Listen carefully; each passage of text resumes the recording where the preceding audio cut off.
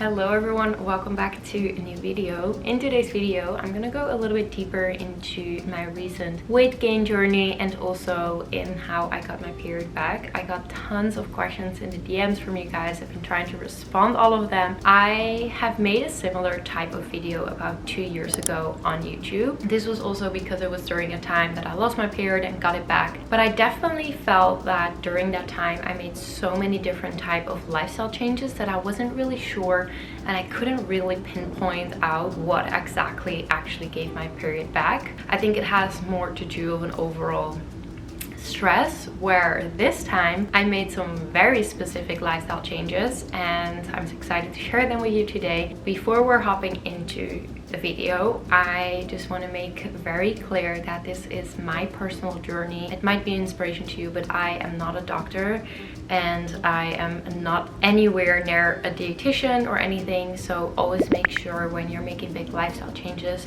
to check with your physician or your doctor. So let's hop right into it. My period has been going on and off, I feel, ever since I started modeling when I was 18. I lost it for a couple years, being in the industry, always being jet lagged, probably also being very, very skinny. You know, to be into the size 0, the travel, the jet lags, just all of it. I got my period back and it was very irregular. At one point last December, I lost my period again and I always felt it really came through stress. Since last December, I always felt that I really started to manage stress well in my life and my period was still gone and it really, really frustrated me. So I kind of had to take an honest look at myself and I was like, okay, the fact that I do not have a period right now, my body is saying something to me. Something is not right, something is not working. I have always had a very low fat percentage.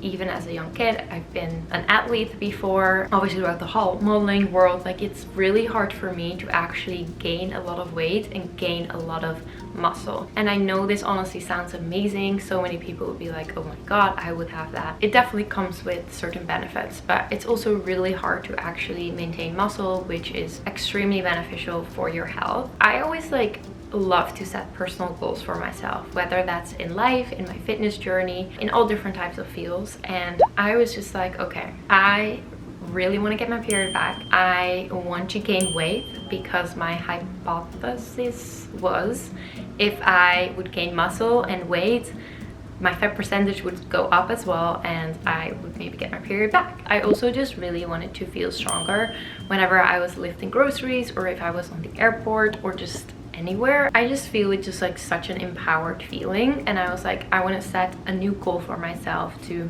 gain weight, gain muscle mass, and then get my period back. So let's start off with my fitness routine. So when did I start? I started right after my wedding because I didn't want to experiment too much with my body and my lifestyle before my wedding because I was so stressed through the roof, obviously, you know, organizing everything. That was mainly me. Sorry, I'm touching the screen sometimes to focus. So I was like, I'm gonna start this journey after the wedding, one thing at a time. So this was end of June. I went back to my fitness routine and I have been incorporating more weights, heavier dumbbells into my routines because obviously this will help increase muscle mass. I would pick one lower body strength workout for the week. I actually have a muscling body, so I would grab really heavy dumbbells, really getting close to failure to build muscle mass. And then I would do once a week an upper body one, often arms and abs or arms and back, also a strength one with heavier dumbbells. And then the other 3 days I would do Pilates, low impact. All of these workouts, by the way, are low impact. Even the weight training, and I feel a lot of people confuse sometimes that weight training is not low impact, which is not true.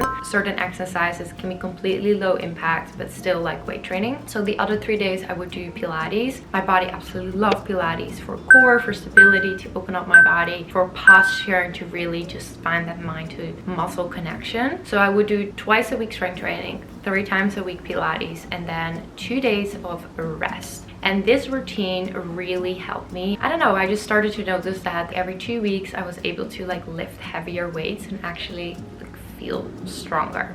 So then to support the fitness and support building muscle, you have to eat. Nutrition is honestly so important here. I have never been a girl who went into macros and tracking and all of that. I have very much like an intuitive approach to wellness and to nutrition. I've always believed you need to listen to your body and like enjoy certain foods and situations, and also listen to your hunger cues and fullness. However, though, I started to look in how many protein your body actually needs to gain muscle, and this is between like 1.2 and 1.5 grams of protein per pound. I wanted to make this change gradually and like getting more protein, so I set a goal for myself to get at least 130 grams of protein a day. I actually started to kind of like track this a little bit on my app. You also see with like my favorite meals and dishes like the nutrients underneath. I started to realize I was not getting anywhere near 130 grams of protein. I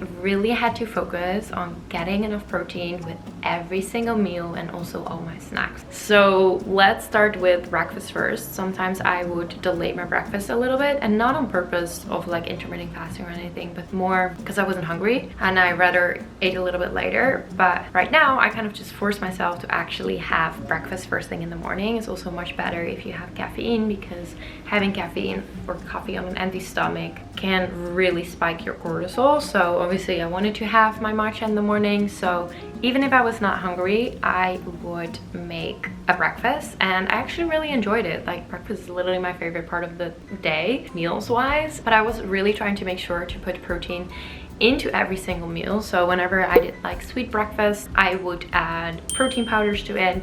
When I have savory, I would do eggs, but then I would do turkey bacon or chicken sausage with it, or I would do tons of cottage cheese, like really build like a bigger meal. For lunch and dinner, I would always add like chicken or fish or beans or something like that. And then I would also add some extra carbs of like quinoa or rice or sweet potato. And then I would also try to have some snacks in between, like a protein smoothie or maybe crackers with cottage cheese and things like that. I definitely think that these like really helped. I also started adding seeds to my breakfast. Seed cycling, it's a whole thing. I don't know if you guys are familiar with it. I've been looking into it a little bit, but it's basically adding certain seeds like flax seeds and like pumpkin seeds and I don't know, maybe hemp seed too. Yeah, different types of seeds to your phases of your cycle that should support your body. There is not a lot of evidence behind it, but there are a lot of people who swear by it and like really love it. I also didn't really drink a lot of alcohol. I don't know why. I wasn't like on purpose. I just wasn't really feeling it so much. I just wanted to, I don't know,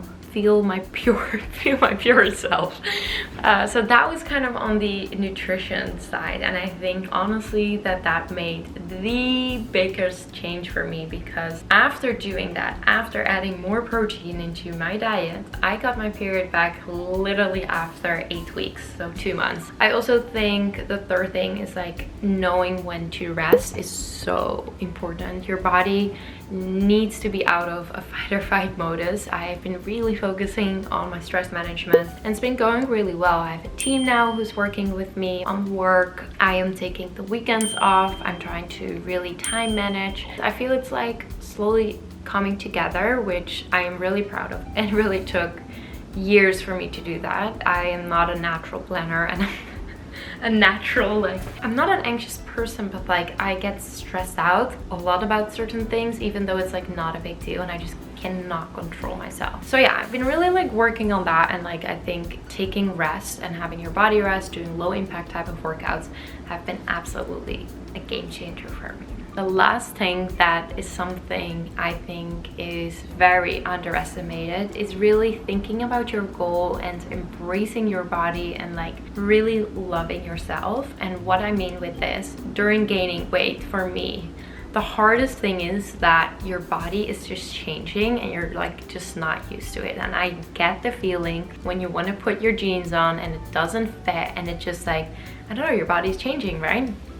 And it feels uncomfortable. And I totally get it. You saw in one of my recent vlogs, I just at one point was like, I'm gonna go through my closet and just get rid of all the stuff. I'm gonna get new stuff so I actually feel comfortable in my clothing and I don't have that confrontation. But I also really started to just like embrace my new body and embrace the changes. I gained about 10 pounds, and for someone who has a really hard time gaining weight, that was honestly a really big deal to me. I think throughout this process, whenever it is maybe hard, is just think about that goal, right? For me, the goal was to be in my optimal health, get my period back, increase my muscle mass, feel stronger, feel empowered. But also one of my goals was to maybe prep my body for in a couple years where I maybe want to get a family and where I maybe want to get a baby and all of that. It's not just about the looks, right? It's not about I just want to gain muscle just to look good, whatever. You need to think far beyond that of like, I want to feel stronger, I want to feel empowered, I want to feel confident. It also felt like a little challenge to me. I was like, I'm gonna do this, and it just like, it gave me drive. And I think that is a much bigger reason and much bigger motivation behind it whenever it gets hard or whenever you are not seeing an end of the tunnel. So I would definitely write down your goals, have that in front of you, and really think a little bit deeper for what your specific why is. So yeah, this was kind of like my journey. I've been really enjoying. I've been like learning a lot, just like applying it to my own life. If you have any questions for me, feel free to like put them in the comments down below or send me a DM. I'm gonna try to respond to all of them. I don't know, I just felt, especially throughout all my years in modeling, that having not a period was at one point so normalized. Everyone's just like, oh yeah, I don't have it either. Nobody was really doing anything about it. And I think it was until I came to YouTube where I just heard so many of you struggling with the same things that I was like, wow, this is kind of everywhere. This is not just here. So yeah, I just have also found so much support with you guys, and I just want to say thank you for that. I hope this video helped. I will maybe make another one where I go a little bit deeper into like the training and to the nutrition and all of that, but I hope this kind of gave a little bit of a good insight. I love you guys. Don't forget to subscribe, and I see you very soon.